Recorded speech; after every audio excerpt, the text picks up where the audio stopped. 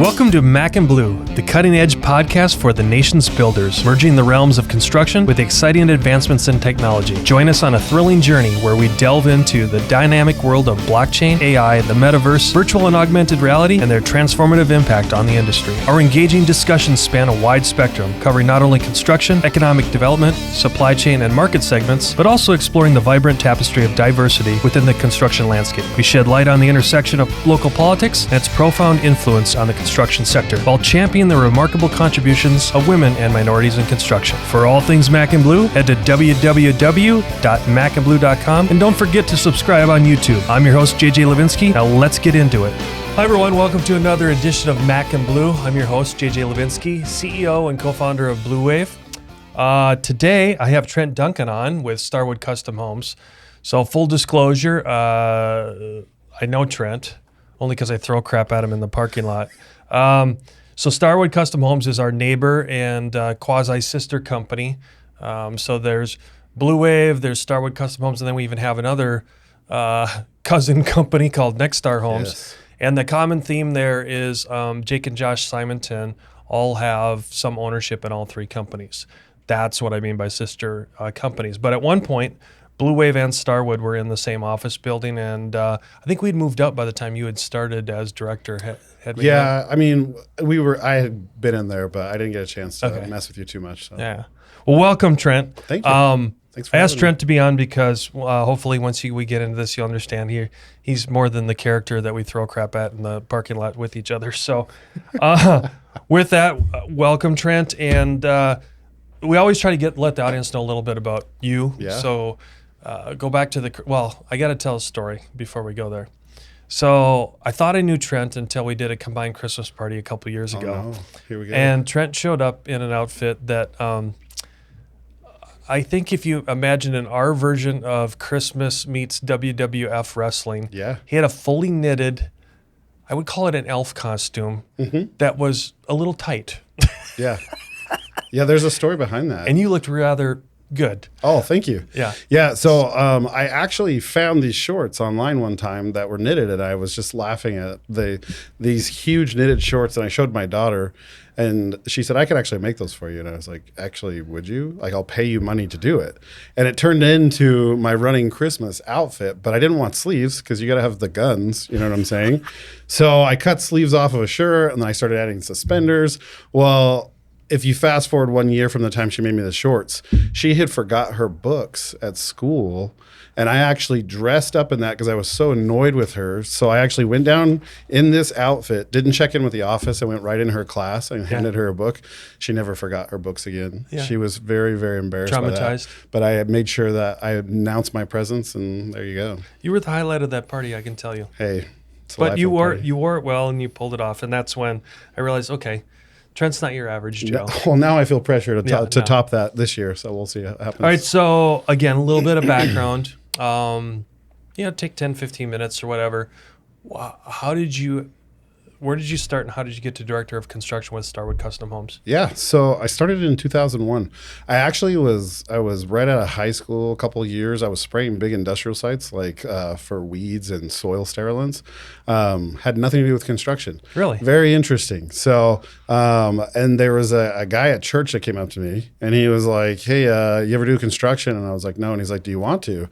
His name was Josh Pulliam. Pulliam Custom Homes was the company. Were they local? Yeah, okay. They were based in Mesa. Okay. And he was like, would you be interested in being a project manager for me? And I was like, well, I've never done it. And he's like, well, I can teach you construction. I just can't teach personality, and I think you got an awesome personality. And I was like, sweet, man. So I got started there. I did that for a few years, and then I ended up switching over to another custom home builder, Jeff Clark Custom Homes. And then I wanted to do my own thing. So I started my own company, really well-timed, 2007. Oh, beautiful. Got a couple houses in, and then everything collapsed, and so that didn't work out so hot. And that was a really tough time, actually. Probably the most I'd ever learned in my life as far as business and construction was going through 2008 and 2009 and trying to figure out what to do. Right. So, for a few years there, I would just take on any like remodels or house flips, anything I can get my hands on. Eventually, that went into a family business called Elasticrete, which was a flexible concrete. It's commercial. It was a really cool product. I ended up kind of traveling the world, training companies, doing this for like probably about 2.5, 3 years. And it was just kind of too much travel. Came back home, got tied into a commercial company doing some bakeries across the U.S. And then my wife had just had it. She was like, dude, just the travel thing's too much. And I agreed. Like the kids were starting to grow up too fast. And we'll talk about the bakery thing. What did that entail? So basically, large like chain commercial bakeries. Yeah. So it was like, it was basically like one local company out of Arizona was expanding across the U.S. So they probably had, I don't know, 6 or 7 different cities that they were expanding into. Cities like Houston, Orlando, Chattanooga, Tennessee, Houston. Did I say Houston? Yeah. So Charlotte, North Carolina, Atlanta. So I was basically setting up everything, finding the GC, and then I was in control of everything that was going on with these bakeries. But I wasn't GCing it; I was just overseeing. Like an owner's rep. Correct. Okay. Yeah. So I did that for about 3 years, but it was interesting because during that time I had an opportunity to kind of, it was, when you're the owner's rep, I like that term. You're not in the boots on the ground. And so you have a lot more time. And so I had an opportunity to get into this particular baking company, had multiple companies going on. I had a chance to audit one of their companies, which was a metal company out of Tempe called Cutters. And I got involved with Cutters, and they asked me to actually kind of take over the company while I was doing construction, which was just super fun because it was like my first opportunity really to run a larger scale company with bigger like employees. But at the same time, I was still traveling, trying to build these bakeries. And so it was interesting because all of a sudden I'm the HR, I'm the, So but you had no formal training. You just jumped in. Yeah. I just jumped in. I mean, no formal training, self-educated for sure. I had people, I was on a corporate team with this bakery. So I would sit at this corporate table once a week and report on all activities. And I had access to people that had formal training. So it was good for me. But I think my biggest strength, at that time was just the people themselves. Like I loved working with people. I loved trying to figure out and maximize how we could, beat systems, better systems. So where did that part of your what do I want to say, vernacular, like where did you pick up those skill sets along the way? I think as far as like the systems part of it, it's always been a part of me just because of pure laziness. Like I've always tried to be yours or somebody else's? Fastest. No, purely mine. Okay. I don't know what it is about me, but if I can do something in three minutes rather than like 5 minutes, I'll do it. And I mean, I'm not even kidding you. Like I'll time trips to the grocery store just to try to see if I can beat the last time. It's the weirdest thing about me probably, but like I've always tried to be as efficient as possible because I like my downtime. I like having time to do other things. And so it's just always been a part of the way I do things. So it was really fun actually to take over the metal company and try to figure out the whole like flow of production and still keep the construction side of things going for the bakeries. Go back to that the tenure with the metal company. What were the biggest takeaways or things you remembered about that?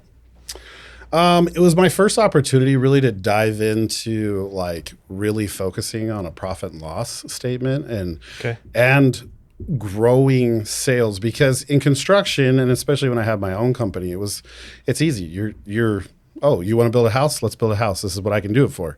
In the metal industry, it was like, man, I had to entertain clients. I had to show them, what we can do. I mean, I truly had to become a salesperson, and I always felt like it was probably a natural part of my personality to sell, easy to talk to people and really connect with people. Was it so much selling, or were you just connecting the dots that you saw in your brain anyway? Yeah, I think it's probably a mix of both. Okay. Like it's a mix of both. I mean, you see a need and you fill it, right? And I think that probably translates to all industries. Like, seeing when somebody needs something and you can dive in, you do it. And And I still preach that today, like to my guys out in the field, when we're doing custom homes. If you're coming on to Starwood as a new employee, I tell you the first day, if you're going to be a complainer, you're not going to make it long. If you're a solutions person, that's who we're looking for. That doesn't mean you don't have problems you deal with and you have to deal with them by yourself. That means that when the problems come up, you think of something and how you can take care of it, like before you come to me with it. Right. And then we'll brainstorm it together. So anyways, yeah, a lot of that stuff that I work through helped me translate into some of those philosophies that we still use today. Take a tangent here because you talk about your time. I think the audience should realize you kind of have a responsibility at home. You just got a couple kids. I have 8 children. I don't Are they know all if yours? They are all mine and all my wife. One wife. That's another one I get. Yes, we have a TV. That's another question I get. It's not the Brady Bunch. No, it's it's not the Brady legit. Bunch. It's all of. It's the Duncan family. Man meets woman, and we have large family, and it is anarchy. I have the oldest is 20 and the youngest is 6. So we have all of the little kid fun problems of screaming and please pick up your toys, and then we have the teenage problems of, what teenagers do. We probably should save that for another podcast. Yeah, I'm sure you could write a book on that Oh one. gosh, yeah, it'll be good times. All right, so thank you for kind of just taking a little trip down family lane Yeah, there. no worries. What happened after the metal company then? So after the metal company, I got burned out from traveling, right? So and the construction thing for the bakery was slowing down. So I reached out to a sales guy at Starwood that was a friend of mine named Mark Young. And I just said, hey, a few years ago, you approached me about, coming on with Starwood. I would love to meet with, the high ups and see what they have. And ended up meeting with Josh Huff, who's the president of Starwood. We sat down and man, for the last 3 years, I had been interviewing people.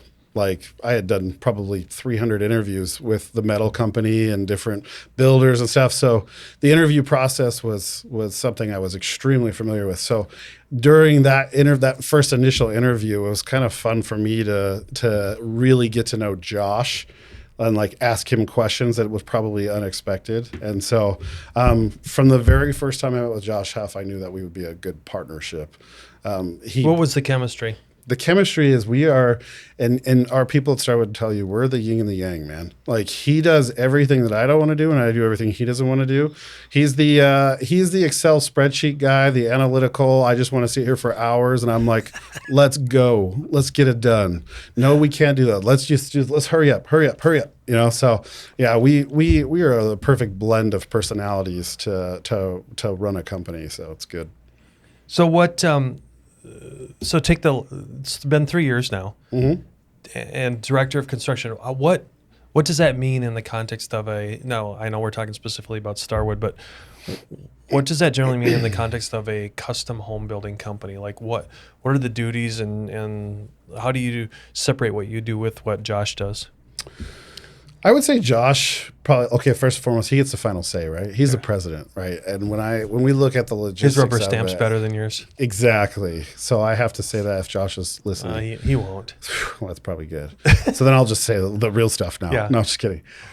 So basically, we kind of break it down like this, where Josh is really in control of sales, everything that's going on in the office. He helps me in the field, but really out in the field and what's happening physically of the builds going on with all the houses we have going is my responsibility. So I'm over all of the project managers and project directors, and it's my responsibility to figure out all the problems out in the field. We brainstorm every day together though, so it's not like he's detached from it or what's going on. But I would say director of construction is what it sounds like. I direct the construction of all the homes and make sure that we're hitting our deadlines and make sure that the guys are, getting all their inspections done and everything they need to do. When you first came in, Trent, what I mean, this isn't to in no way, shape, or form do I want to sound like condescending, because that isn't the thing. But when every new and better person comes into an organization, there's a little bit of cleanup on aisle 5, and then the transformative part, like how you go forward. So if you go back 3 years and take that first year that you were there, talk about those transformative things. Like, what were the big rocks that you moved in your first year of being director? I would say it's probably more of the mindset of everybody.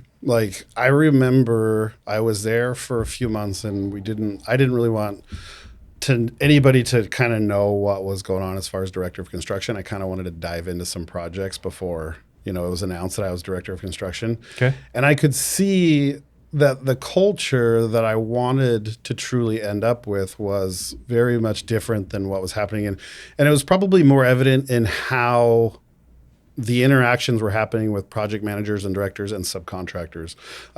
There was a real, I wouldn't say lack of respect, but there was a handful of guys that had issues of how they would treat others. And I worked really hard over, the last few years prior to Starwood, developing a culture and understanding how that culture could thrive. And it was always based on the respect of others, whether it's the guy sweeping up the floors or the guy that's in charge. Nobody feels like they're above anybody else. And so that was probably the biggest thing, was implementing that on a daily basis, listening to those conversations of people on the phone and how they talk to people, and then helping correct that after I hear those things and saying, hey, I heard you just talk to that metal guy. You probably could take it down a notch and thank him for what he does, more than just, cuss him out and blah, blah. But, that was the kind of the thing that I was probably up against most, was like, I really want to make sure that Starwood is a company that subcontractors want to not just be a part of, but like want to thrive with, and really see the value of being treated with respect and want to push forward as our family with us. Good statement. What about, so that kind of comes from the empathetic human culture side. What else did you see, or what else have you tried to transform over the last few years, maybe from operations or process side? I realize that you've talked to, maybe some of that is more on Josh's plate, but you still have to implement that in the field and with the relationships. Yeah. So what kind of things or changes did you make there? So probably the best thing that we did was we started implementing our checklists. So like per project, they can all be completely different, but in general, like most of the projects have the same exact inspection checklists and things like that. There was some basic things there, but like we started to break it down. Every section of the build had a checklist to go through. Every inspection had a checklist to go through. So a true QA QC type thing. Yeah. Okay. The quality needed to come up, because a wasted day in construction is a lot of money, and I don't think people put enough emphasis on that, of, hey, how much does it cost to truly lose a day? And if you can not lose a day by making sure your checklists are done, I think that's what we wanted to make sure we were doing. The challenge side of that, 2-3 years ago, was obviously the labor.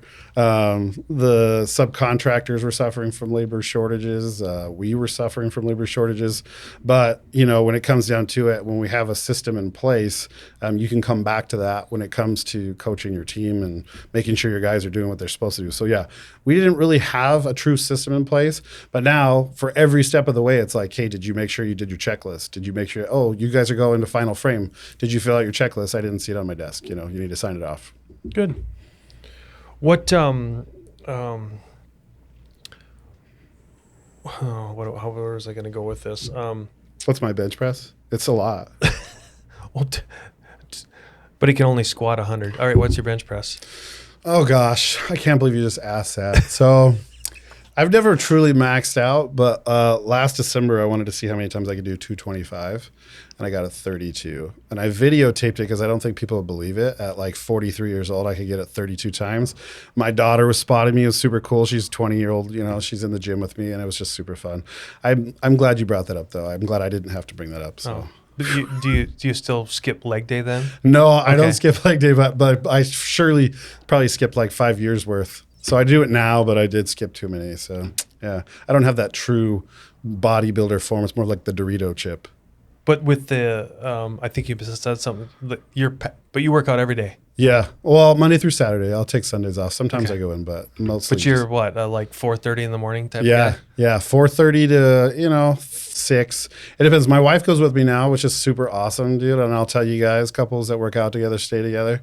That way she can check me. I can check her, make sure, because she's a hottie. So I don't want her working out by herself. So yeah, we go in and Well, thank God you married up. like, amen. I've been told that so many times, ridiculous. So like we will go in and work out for like 45 minutes and I'm pretty spent.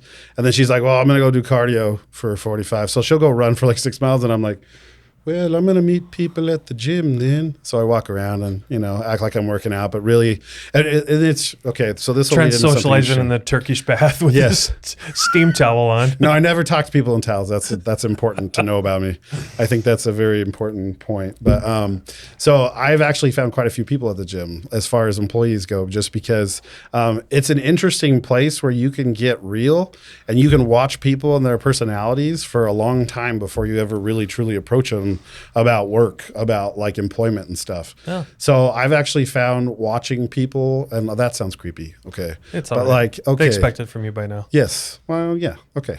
I'll just leave it at that. So the secret to recruitment by Trent Duncan is be a stalker at a gym. I like it. Amen. All right. Well, that's bullet point number 1. We'll be sure to put that on the. But like, if you think about it, like, there's this very raw place where people go, and like, I've watched people with checklists. Use checklists in working out. You can watch how consistent people are if they ever miss. You can watch how people deal with other people. Truly, like, you can watch how social they are. And so, like, if you're looking for personality profiling, like, the gym is an awesome place to find like people to work for your company. There comes a time when dreams become a reality, when you see your vision materialize into a true work of art. And the only way to get there is to choose a general contractor who shares that same vision and knows how to bring it to life. At Blue Wave, we aren't so big that we've forgotten where we've come from, and we aren't so small that we can't care for your projects regardless of their size. When your vision deserves safety, perfection, timeliness, and expertise in order to become a reality, trust Blue Wave to get it done right the first time.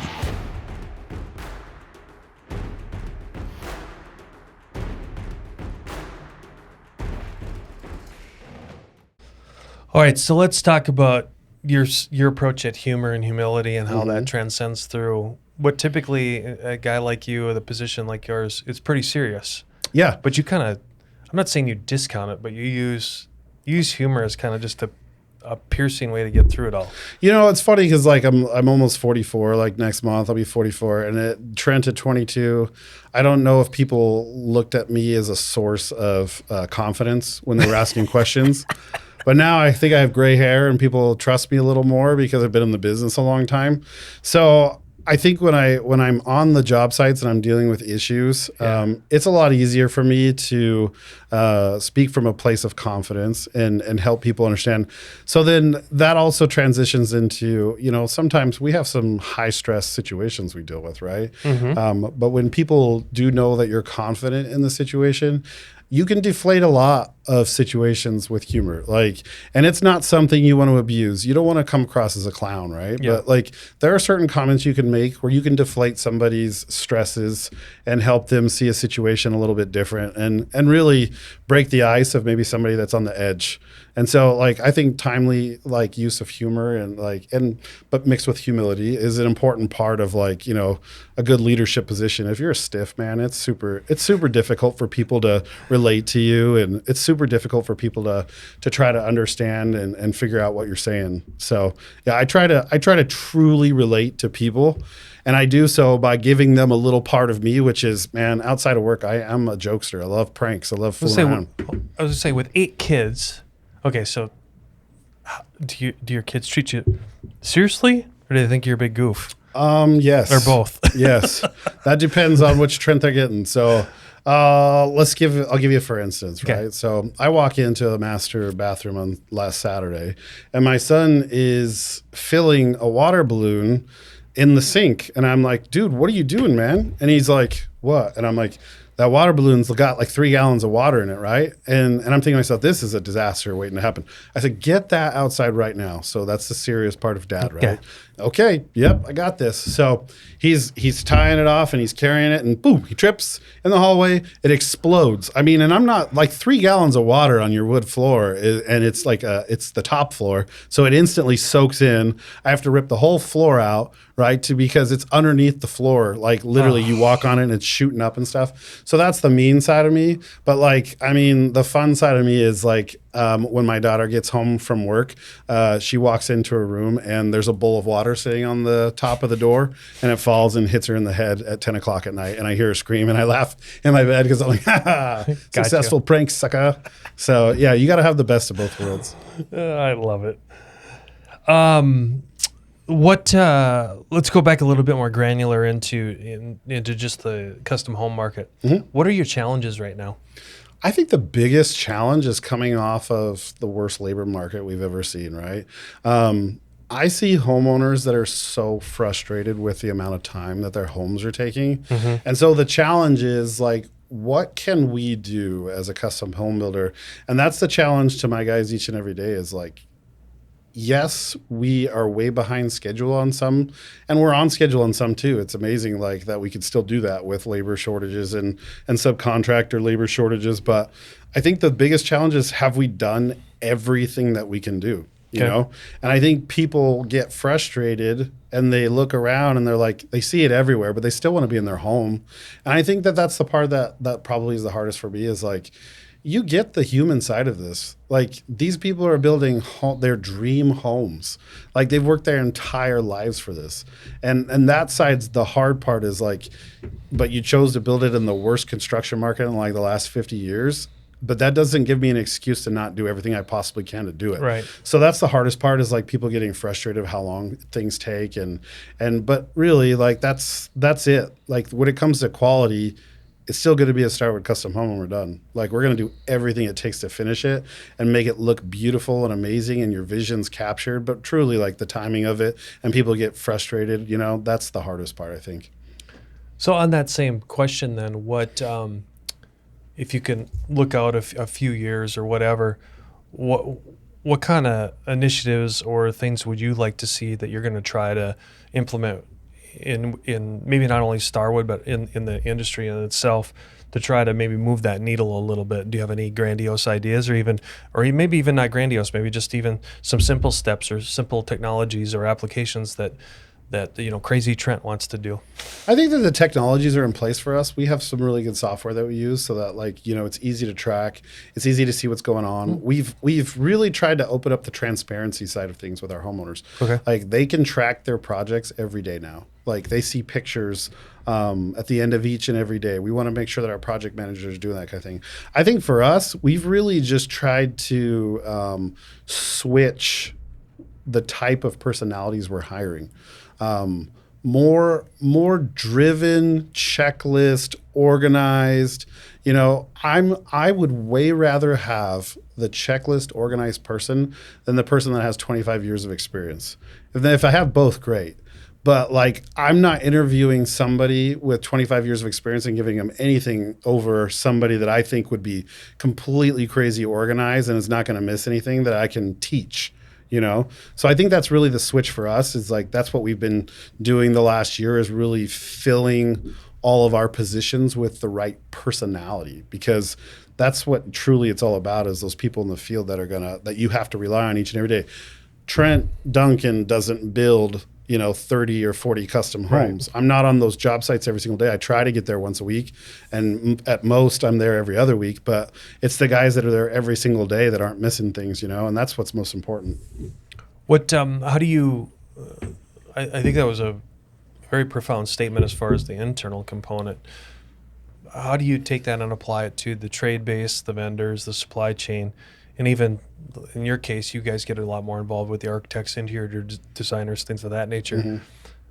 Are you trying to take that same attitude with them as well? Yeah, absolutely. So what we've tried to do now is we've changed this up a little bit to where we do upfront, and it's more of a commercial thing that I actually kind of saw more in the commercial world, is where we invite during the stages, like let's say up front when you're starting a project and you have grading and retaining walls going on in concrete, we bring all three of those companies in to our conference room, and we sit down and we create a schedule with them so that they're being held accountable to each other, but that we're also be able to hold accountable and set up a schedule overall. And so now we have these phases. So phase one, we go through and we sit these guys down and we create this schedule together, and they have a lot of input in that. Right. But it's kind of cool to watch because there's been a synergy since we started doing this where, I can dig that footing for you if you can't get back there for this retaining wall down the mountain, because I'll already have equipment back there. And so we're seeing a lot of that. And so I think these phase checklists have helped a lot too. Phase two, the other thing that we're doing is we're awarding subcontractors further in advance. That can be a challenge because, as you guys know, inflation was nutso and still is a little bit, so like prices changing every quarter and things like that. Yeah. But we're awarding the labor side of things in advance so that we can let these contractors know what's coming on their plate, a month and a half, 2 months ahead of time. That's probably for commercial, that's probably a little bit, but as far as a heads up goes, but for custom homes, that's pretty good.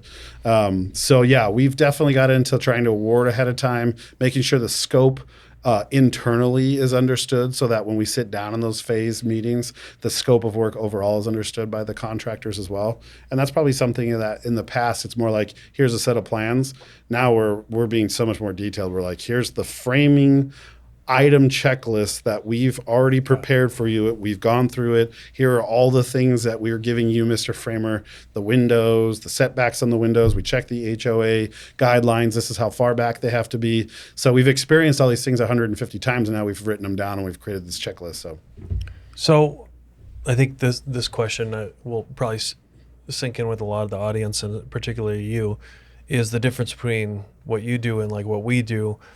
You have so many more, I call it selections and colors and all those, like you said, these people have saved their whole life. This is maybe their dream home number one, maybe dream home number 2 or 3, but it still has that same amount of passion and emotion, where in the commercial side, it's a little less emotional. It's a little, usually driven towards a culture, a revenue stream, or something. It doesn't mean that we still don't care about the finishes, but how are you getting over that? Because to me, doesn't that still have a huge burden on, back to what you were talking about, the schedule is, hey, I want the pink alabaster from Albania. Well, that's, 2 years out versus getting the stuff from a quarry here in New Mexico or something like that as an analogy. How are you able to get over those things, Trent? So it starts with our very first meeting with the homeowner once the contract's signed. We call it our start meeting, where we sit down and we review the contract of what they've signed off.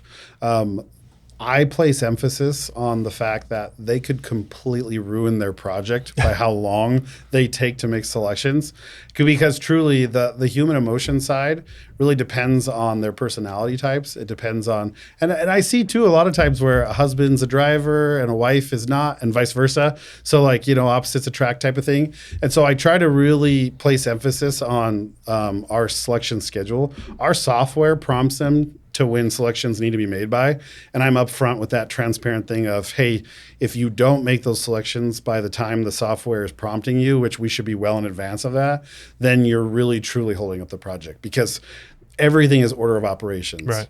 And I mean, you will run into an occasional person that's like, I really truly don't care. I just want to get what I want. And if that's understood and we have that conversation, then that's fine. But time is money, And when you're bidding out homes and you expect to build it in 2 years and then it turns into 2.5 because selections can't be made, that's very difficult. Yeah. So yeah, we do apply pressure. I will send emails every once in a while and say, hey, it'd be really appreciated if we can get this done. But if you're having a hard time, I'd be happy to meet with you and go through it, What about the, I think another, maybe you could go down a little bit of technical side here, the availability of land and the entitlement that goes into a custom home versus, someone that's not custom. They're typically bigger lots, more entitlement. What is that? How big of a struggle is that for you guys in today's day and age with kind of the delays that are happening with the different municipalities? Have you seen, is it increased a lot? Has it gotten harder for you? As far as like the inspection processes, or No, I or mean, are you like, so saying- you buy the land and then you got to go, again, through the, whatever that, like, let's say there's bringing the utilities in or getting it all, the planning and zoning right to get the setbacks done and the planning done. It looks like it's getting a lot more difficult, honestly. Like, That's what I'm asking. I feel like the municipalities, I feel like they're protecting themselves more than ever.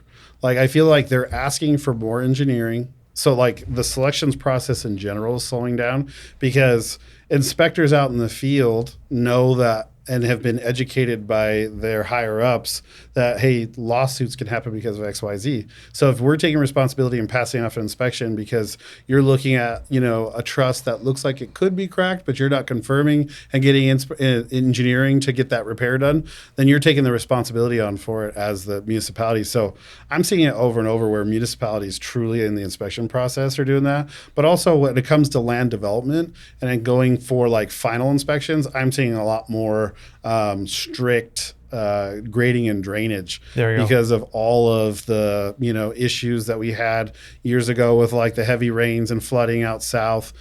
So yeah, they're being very strict. A lot of companies or a lot of municipalities are asking for as-builts. So once you finish your grading, you have to certify it by having an engineer come out and shoot it and say you did it per plan, because obviously an inspector can't come out there and say, well, this is 3 inches off because you're just eyeballing it. So yeah, they're asking for that. And I feel like most municipalities are now. Okay. But it is slowing the process down quite a bit. What, let me just take a little time out here and ask you some questions. What have I forgot to ask, or what am I not asking you about you and the industry that you're in and the fun, challenging things that you're trying to go after? Fun, challenging things. I think like when you're looking for a custom home builder, like it's really hard, right? Like you're probably interviewing quite a few people. Right. You go for bigger names, and Starwood's built a great name for themselves. But I think truly like the hardest part that I feel like I would have as a homeowner trying to find somebody is like the mesh of personalities, and am I hiring somebody that is going to treat me like a number, or just a project, or am I hiring somebody that has integrity? And I think overall in construction and in general, that's what I've tried the most to do with our company, is to teach our guys and to have just in general when we're dealing in any situation is integrity. And a lot of times that doesn't look like we win every time, right? Like it looks like, and there's a great book called, everybody's read this back in the day, The 7 Habits of Highly Effective People. But there's always a concept that I took from that, which was win-win, which is one of the habits. And I've used that constantly when dealing in situations with if I have a conflict with a homeowner where they think we should have done X and we're doing Z, I'll ask the question like, hey, have you ever read 7 Habits? Like, do you feel like this is win-win, or do you feel like I'm treating you like you're losing and I'm winning? And asking those questions, right? Like, I think that the integrity part really truly is seeing people and their dreams and their hopes in a way that like can process into real life. But it looks a lot like, asking those questions of like, is this working for you? Like, are we being transparent enough for you, right? In the commercial industry, I dealt with, here's a really detailed set of plans. Let's build it. Let's get out of here. Let's do it quick. Here's the timeline. In the custom home side, and it was funny because I was listening to one of your previous podcasts with, her last name was Sharp. Tiffany. Tiffany Sharp. Yeah. She was saying she was in customs for 2 years, and it was kind of like, this isn't what I want to do. And I was laughing because I was like, yeah, I could totally see that. It's difficult. You deal with the human side a lot, but I think that's probably the biggest thing for us is like making sure that like the integrity side, both the guys in the field, and I was talking to somebody about this. Somebody started with us this morning, and I was telling her, I was like, if you make a mistake, don't cover it up. You're not going to get fired for making a mistake. No. Like where I get upset is when people try to cover it up, try to make it like it didn't happen. I said, I can promise you nobody costs this company more money than I do. And I don't mind that you make mistakes. But I said the integrity side of what we're trying to do here is you come to us, we brainstorm it together, we figure out the best thing to do, and we don't do it again. You know, if it's a mistake, we don't do it. We try not to do it twice. If you do it twice, we try not to do it 3 times, right? And then if it continues to happen, we have to look at the system. Like, what's broken here? You know, why does it keep happening? So integrity is everything, man. Like, just trying to find the right people and the right things for that. You talked about the personality, Trent, and I realized I forgot to ask this because I think it's such a pivotal part. Back to the design component. Mm-hmm. Many custom home builders, just like yourself, sometimes they have design in-house. Other times they do like what you guys do. The model is you kind of do a personality match with a bunch of different designers. Have you seen that has that gotten better, or is it still estranged, or because of the way that your leadership style with what you've already done internally, do you think that that's also affected those outside relationships and that those designers are now interacting with your customers in that same light? Yeah, great question. And I would answer that with like, a designer could kill your project faster than anybody, or it could make it like the most amazing thing ever. Right. So like finding those right designers in the process and like really holding on to them as a builder and like recommending those designers is everything for us. We deal with designers all the time that can come up with concepts that are awesome, right? Like, that's a really great idea. What does it look like on paper, and how do I get it to the subcontractor so they know what to do? Because you could say, I want like this soundproof room with these foam slats. Well, I could do that 8,000 different ways, but what I really truly need from a designer is a blueprint for that, right? A drawing of some kind. What's your vision here? What does it look like, and how do I apply it? So yeah, we've worked over the years to try to find and really make these relationships with great designers, because they could ruin your project, but they could make it, but too. they could truly make it the most amazing project ever. And so yeah, we have a set bunch of designers that we work with, and we'll ask homeowners to meet with various ones and just kind of ask pick for which themselves. one the best fit is. Yeah, because you do have designers that can be really blunt and love to swear and all kinds of stuff like that, and you have really proper ones that are like very precise and pristine, and some people are drawn to them. And it's that personality thing again, like what works for you. That's why I ask. It's never a one size fits all. It's not. There comes a time when dreams become a reality, when you see your vision materialize into a true work of art. And the only way to get there is to choose a general contractor who shares that same vision and knows how to bring it to life. At Bleu, we aren't so big that we've forgotten where we've come from, and we aren't so small that we can't care for your projects regardless of their size. When your vision deserves safety, perfection, timeliness, and expertise in order to become a reality, trust Bleu to get it done right the first time.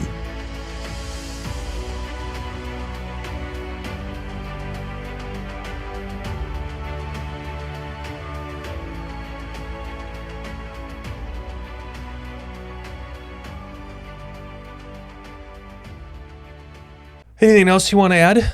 Overall, let's see. Does anybody ever interview you, JJ? Go for it. Oh man! So how did you get into commercial building? Like, where'd you get your start? I won the lottery. Yeah.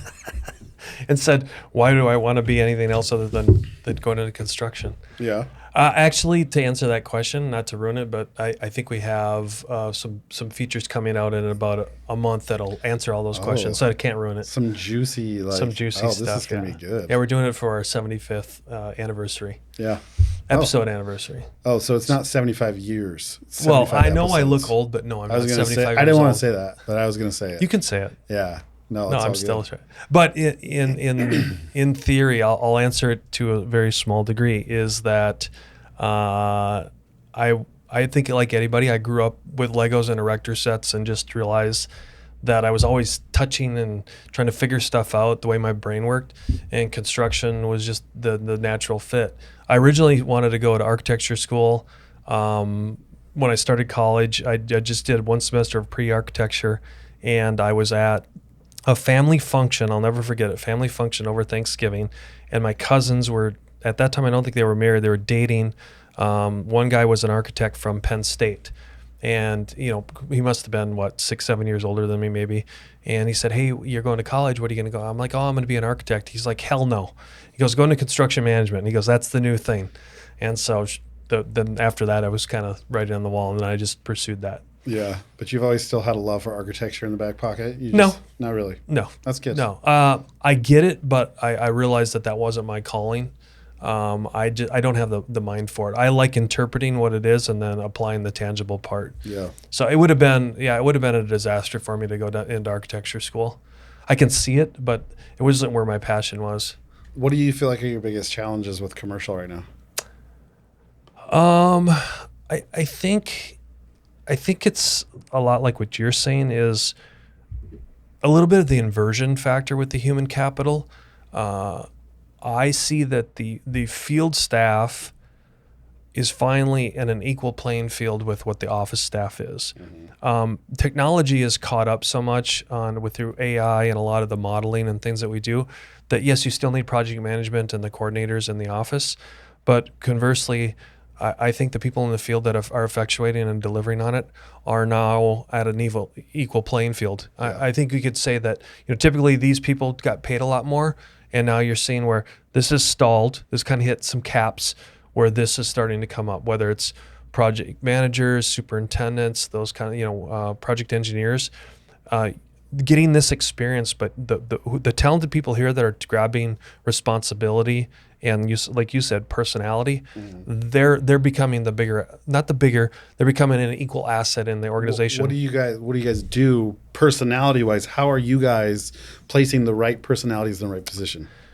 Well, it's still a work in progress, but one thing is that I'm passionate about right now is going beyond what we typically used to do in the old days, which was Myers-Briggs and all those kind of things, true testing personalities. Mm-hmm. Now it's more like on predictive index, culture index, those kind of things.